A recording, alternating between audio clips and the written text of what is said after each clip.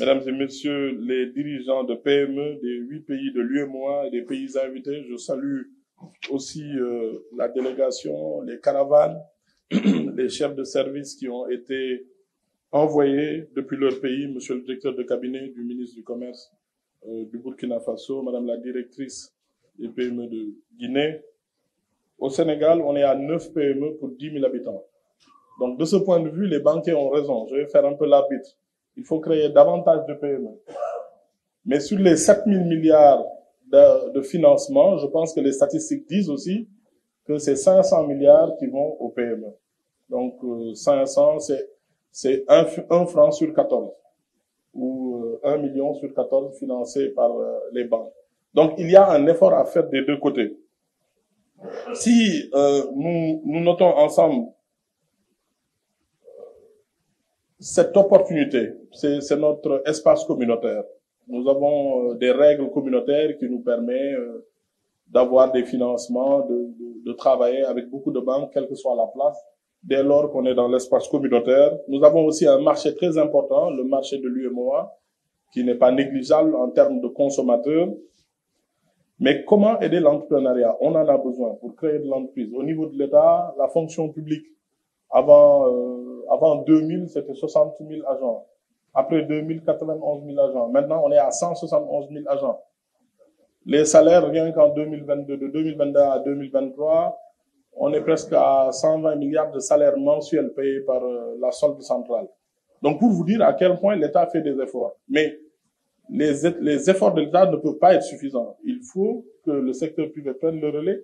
Et le principal booster du secteur privé, ce sont les banques. Mais comment créer des règles qui permettent aux banques, aux entrepreneurs d'avoir plus de financement? C'est vrai, il faut de l'expertise. J'en suis convaincu. C'est vrai, il faut plus de documents. Mais un entrepreneur, n'oubliez pas, une PME, c'est de 0 à 2 milliards de chiffre d'affaires, si je me trompe. N'est-ce pas?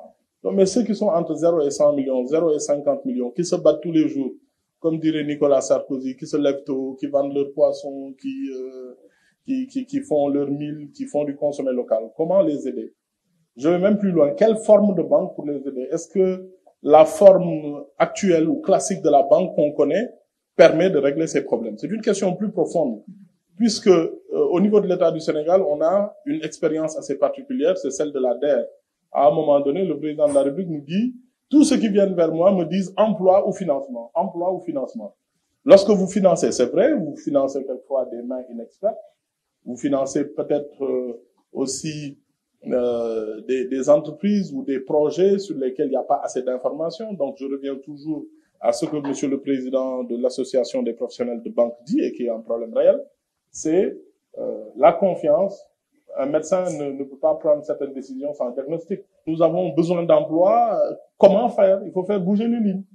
Et je sais que les banques savent trouver des solutions. Les entrepreneurs doivent faire beaucoup d'efforts, mais les banques aussi doivent pouvoir créer un dispositif adapté à nos réalités économiques. Nous avons beaucoup d'entrepreneurs dynamiques, mais malheureusement, qui ne sont pas éligibles à la bourse de Paris, ni à la bourse de New York, encore moins aux règles de la BCEAO. Donc, il faut trouver un moyen. Il y a une célèbre émission télé qui passe le vendredi soir, où quand il y a un problème, l'animateur dit il faut mettre la balle à terre. Donc, les banquiers, il faut mettre la balle à terre et permettre aussi aux entrepreneurs de pouvoir jouer. Je pense que ces efforts qui sont faits par l'État doivent pouvoir être faits aussi par les banques. Moi, je rêve que les banques, un jour, s'asseyent et disent oui, 1%, 2%, 10% de nos bénéfices, on doit pouvoir les mettre dans une fondation pour l'accompagnement des entrepreneurs, parce que c'est ça le vrai problème. On a de l'envie, on a de l'argent, mais entre les deux, il y a la conciliation qu'il faut faire. Donc, il faut un accompagnement. Il faut un accompagnement.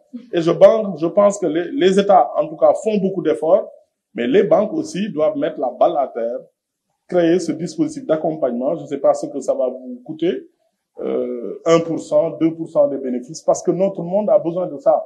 L'État fait des efforts, mais je pense que les banques, dans l'accompagnement, je dis pas dans une distribution automatique d'argent, dans une action philanthropique, dans l'accompagnement, permettre aux acteurs, aux PME de pouvoir accéder à ces financements.